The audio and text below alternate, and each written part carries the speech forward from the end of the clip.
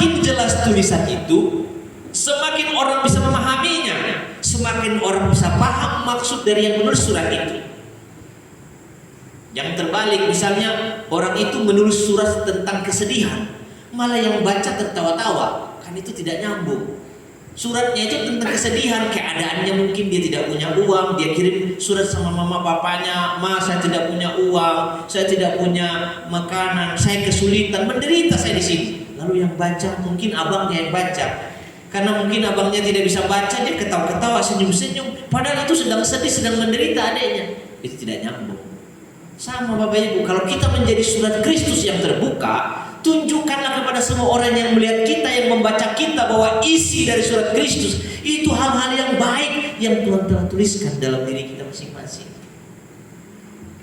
Jadi Bapak Ibu jangan heran kalau orang melihat kita sinis mukanya. Jangan-jangan yang dia baca itu kebencian, jangan-jangan yang dia baca itu dendam, jangan-jangan yang dia baca itu kebohongan, ketakutan dan seterusnya dalam diri kita. Bukan damai sejahtera, bukan kasih, bukan kebaikan, bukan kesabaran, bukan kelemah lembutan yang dia baca.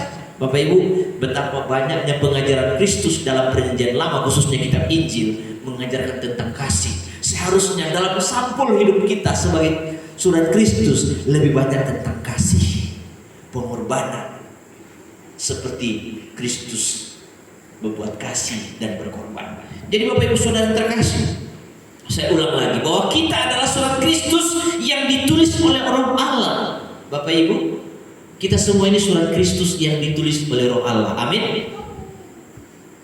Amin. Kita adalah surat Kristus. Artinya apa? Seluruh isi hati yang memiliki surat itu adalah Kristus. Harus kita tunjukkan kepada semua orang.